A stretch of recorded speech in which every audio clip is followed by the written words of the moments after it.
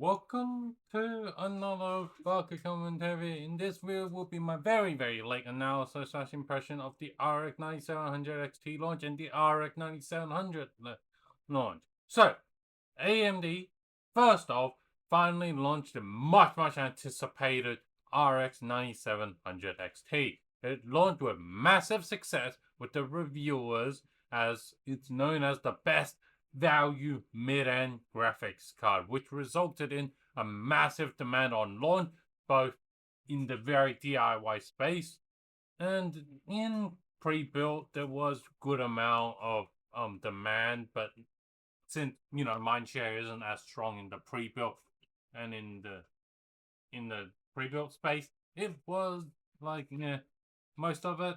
There were some orders, but there were. But however, what did really, however, for the DIYers, as after about 1 week or after launch day, some people have noticed that their RX 9700 XT by itself could not be bought itself, and it required people to buy an RX 9700 XT with some really crappy power supply, mouse and keyboard, or some weird combo that is just like, what?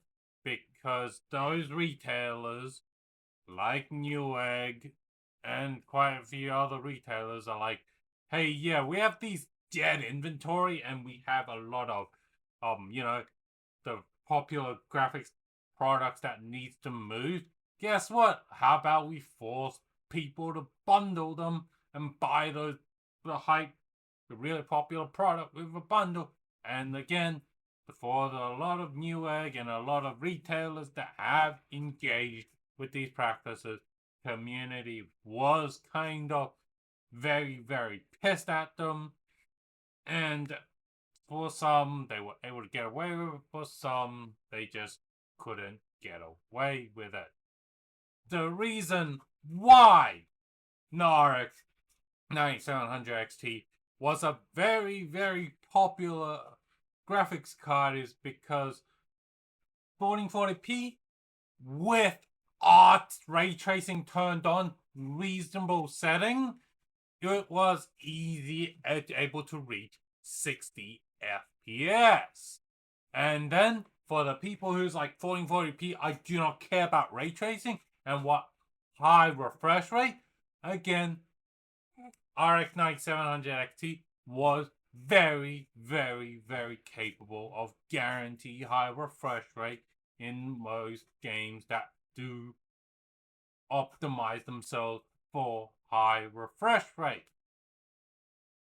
Which again, which led to the next issue. However, RX 9700 XT didn't really launch with all positiveness, as I previously alluded to the bad bundling thing, as well as some AIBs decided to really price gouge the graphics card, and some of them were very much moving towards their competitor RTX 5080 MSRP pricing, which again made it pretty bad value, as RX 9700 XT, when it comes to workstation, task, just could not compete. And unfortunately, AMD has always been, and especially has been forced by the RX 9700 XT, is not really a workstation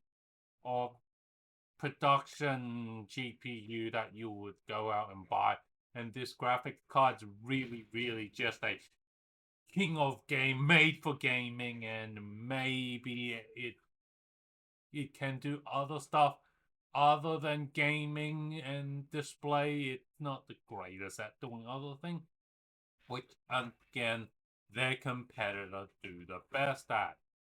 And then the other GPU, on the other hand, the RX 9700 XT, how this didn't get a glowing review. It got like this graphic card is a good graphic card priced at the wrong MSRP. It got too MSRP wise, it's way too close to the RX 9700 XT. However, in reality, there was decent after the day one launch.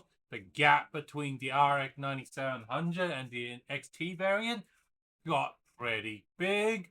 And yeah, and some of the basically for anyone, and a lot of people were like, oh man, RX 9700 XT we couldn't get hold of at MSRP, and we are forced to get to the lower tier MSR, lower tier RX 9700. Which again, if for the people that are playing 1080p, do not worry. RX 9700 is a perfectly fine graphics card with plenty of graphics card horsepower and plenty of VRAM for your 1080p gaming. And for the 1440p gamers, is it capable of, ray tracing slash high refresh rate? Not guarantee.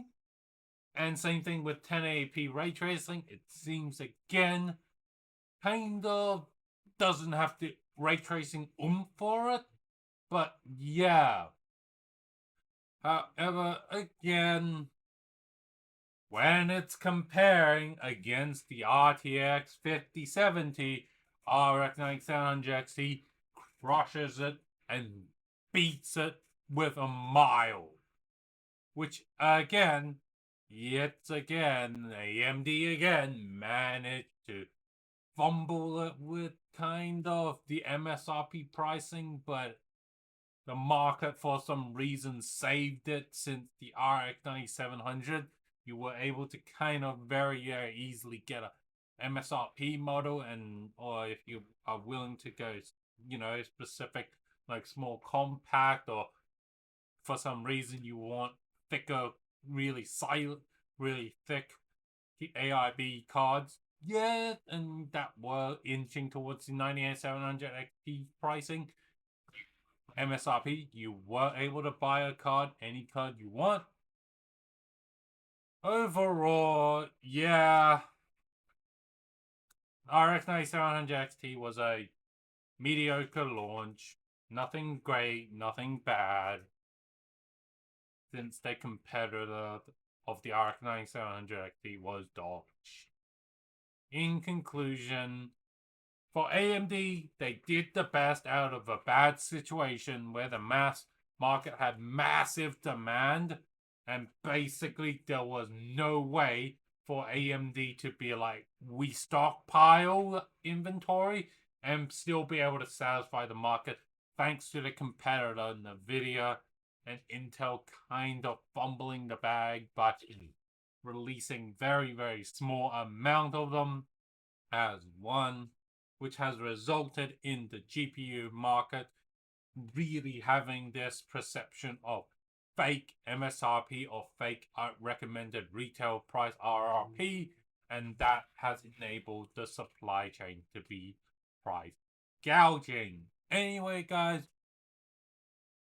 that brings the end of conclusion of another Baka commentary. If you do like the video, do the typical like, share, comment, subscribe, and share to help this video get into the algorithm.